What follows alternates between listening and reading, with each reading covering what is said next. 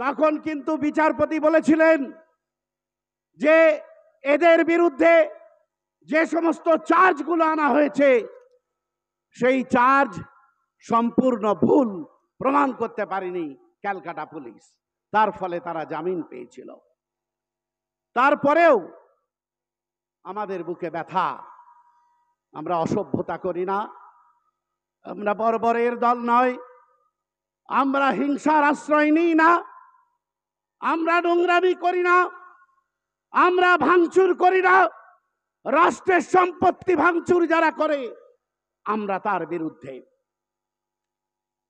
তাই যখন এবছর প্রসেনজিৎ দা বলেছে যে জমি যার, সে ইন্ডিয়ান আর্মি মিটিং করার পারমিশন দিয়ে দিল 1 মাস আগে, আর জমি যার নয় ক্যালকাটা পুলিশ তারা শৃঙ্খলা ভঙ্গের ভয় দেখিয়ে আদালতকে বলল যে না, ওদের করতে দেওয়া যাবে না।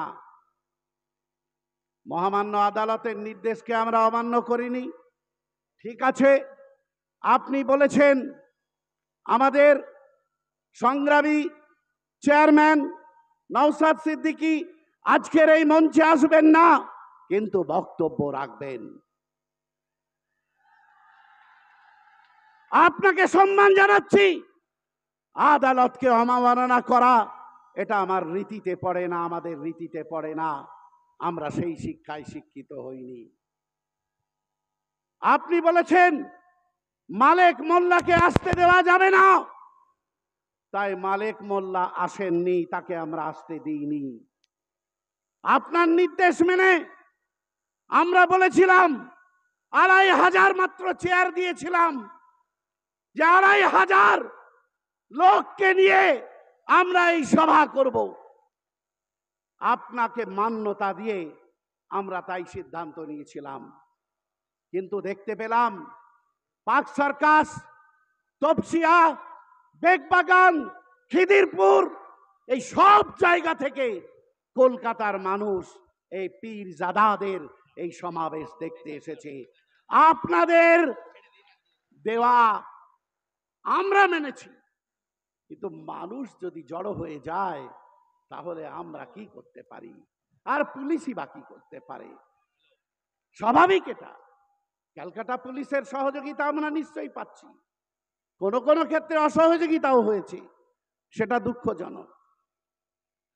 আপনারা বলেছেন আমাদের উত্তর 24 পরগনার কর্মী, আমাদের উত্তর 24 পরগনার নেতৃত্ব রাজ্য কমিটির সদস্য শাওন দাস, তাকে আসতে দেব না। আমরাও তাকে আসতে দিইনি, না তুমি তোমার এলাকাতেই থাকো।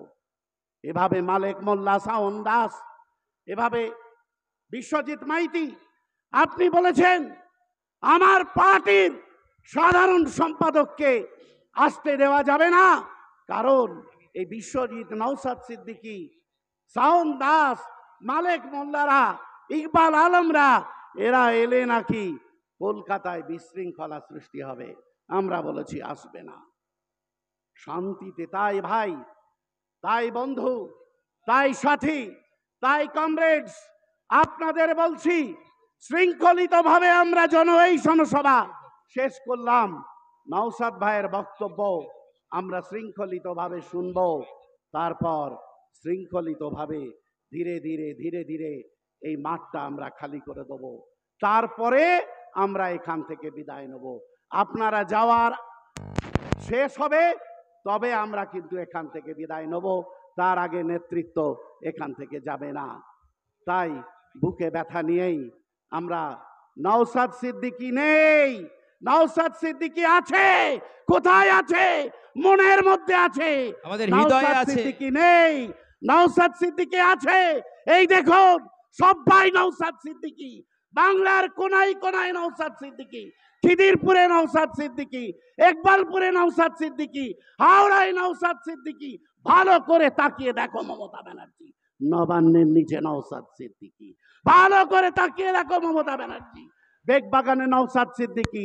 নওশাদ সিদ্দিকী কোথায় নেই তাকিয়ে দেখো। মমতা বন্দ্যোপাধ্যায়, অভিষেক বন্দ্যোপাধ্যায়রা এই মঞ্চের আনাচে কানাচে নওশাদ সিদ্দিকীর ছায়া ঘুরে বেড়াচ্ছে।